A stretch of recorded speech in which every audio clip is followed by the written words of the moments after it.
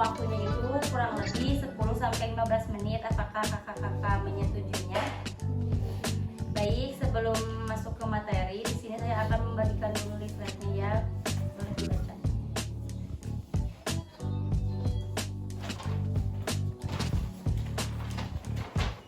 Baik, sebelum saya masuk ke materi, di sini teman-teman ada yang udah tahu apa itu diabetes? Sudah. Bagus, sudah tahu ya.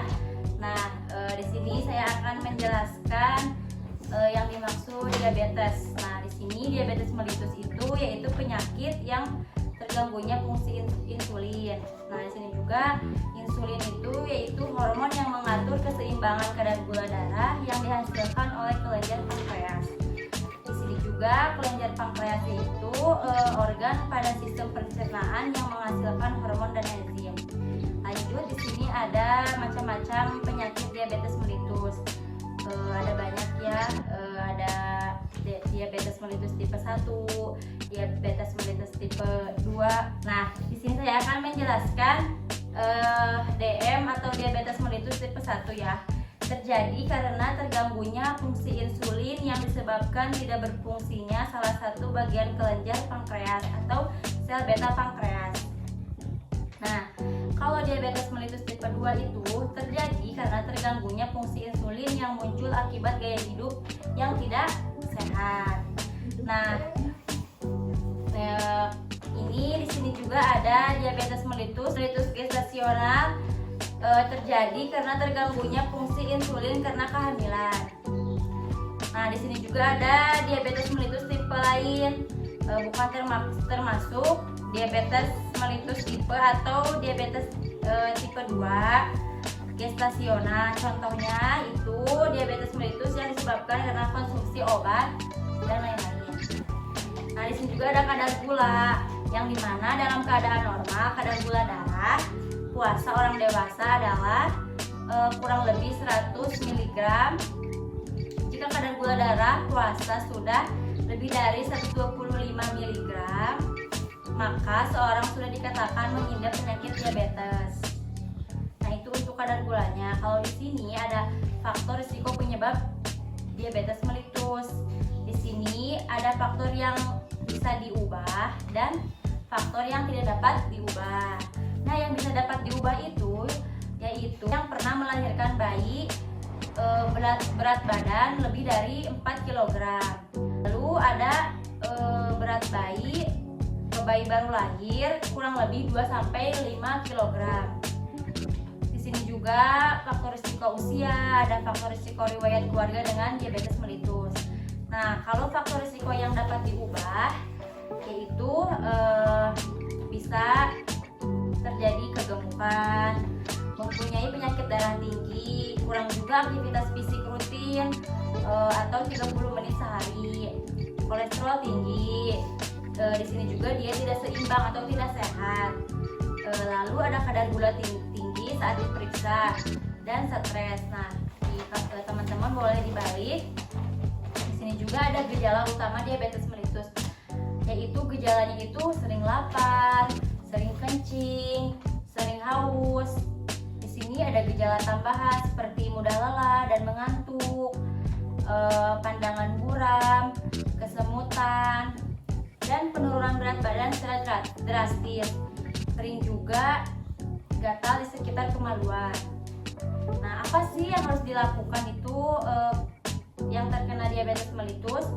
Segera periksa ke Posbindu atau pos pembinaan terpadu, bisa juga ke puskesmas atau klinik terdekat. Nah, di sini juga ada komplikasi. Apa saja sih komplikasi dan akibat dari diabetes itu? Di sini komplikasi diabetes berkembang secara bertahap. Nah, ketika terlalu banyak gula menetap dalam aliran darah untuk waktu yang lama, nah hal itu dapat mempengaruhi pembuluh darah, saraf, ginjal, dan sistem kardiovaskuler. Nah, di sini juga ada retinopati diabetik atau gangguan mata atau penglihatan. Nah, di sini juga ada penyakit kardiovaskuler yaitu penyakit jantung dan pembuluh darah. Nah, lanjut di sini ada neuropati diabetik atau gangguan saraf yang menyebabkan luka dan amputasi pada kaki. Lanjut di sini ada nefropati diabetik, yaitu gangguan ginjal.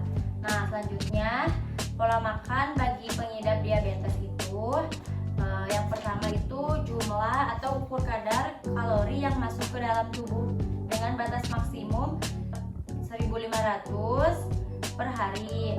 Nah, yang kedua, jenis dan utamakan makanan rendah kolesterol, tinggi serat namun rendah glycemic index atau GI. Nah, hindari juga makanan yang mengandung gula serta karbohidrat. Nah, selanjutnya di sini ada jadwal, yaitu jadwal makan adalah 3 kali sehari serta selingan 2 kali snack yang rendah glycemic index untuk menjaga kestabilan gula darah. Nah, di sini juga ada standar yang diajukan makanan, yaitu karbohidrat 60-70%.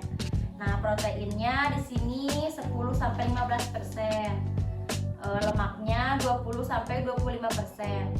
Nah, jumlah kandungannya kolesterol kurang lebih 300 mg per hari. Yang terakhir ada jumlah kandungan serat 25 gram per hari.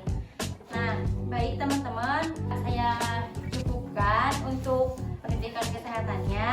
Nah, di sini saya akan mengevaluasi teman-teman yang sudah saya jelaskan barusan.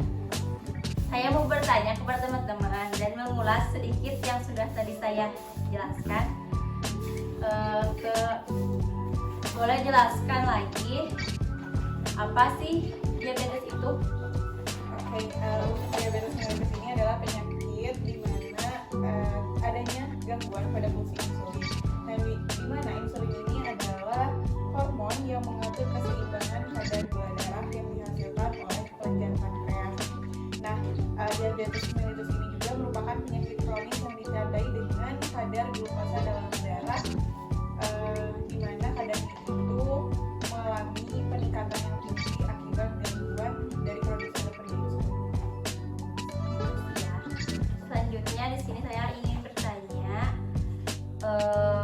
ada berapa macam sih penyakit diabetes mellitus itu? Ada yang bisa jawab? Ada 2.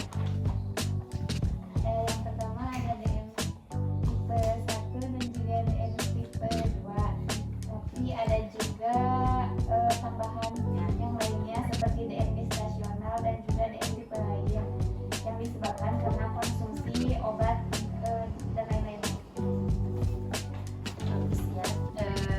Selanjutnya di sini ingin bertanya, pola makan bagi pengidap diabetes itu apa saja sih? Kalian bisa jawab?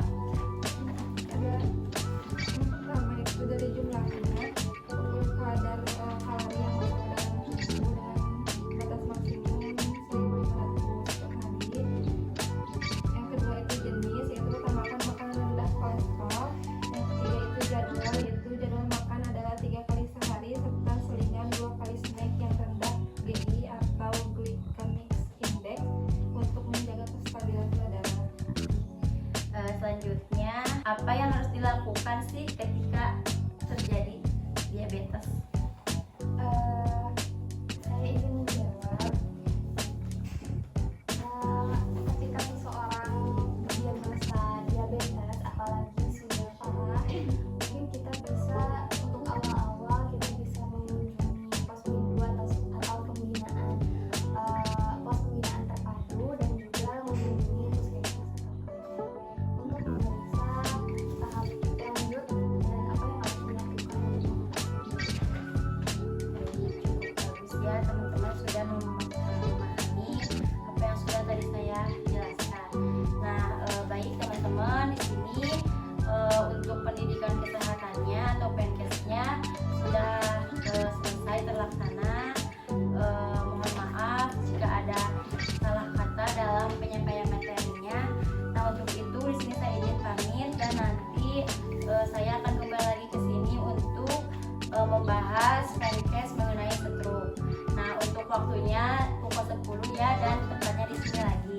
Kalau begitu saya izin pamit. Assalamualaikum warahmatullahi wabarakatuh.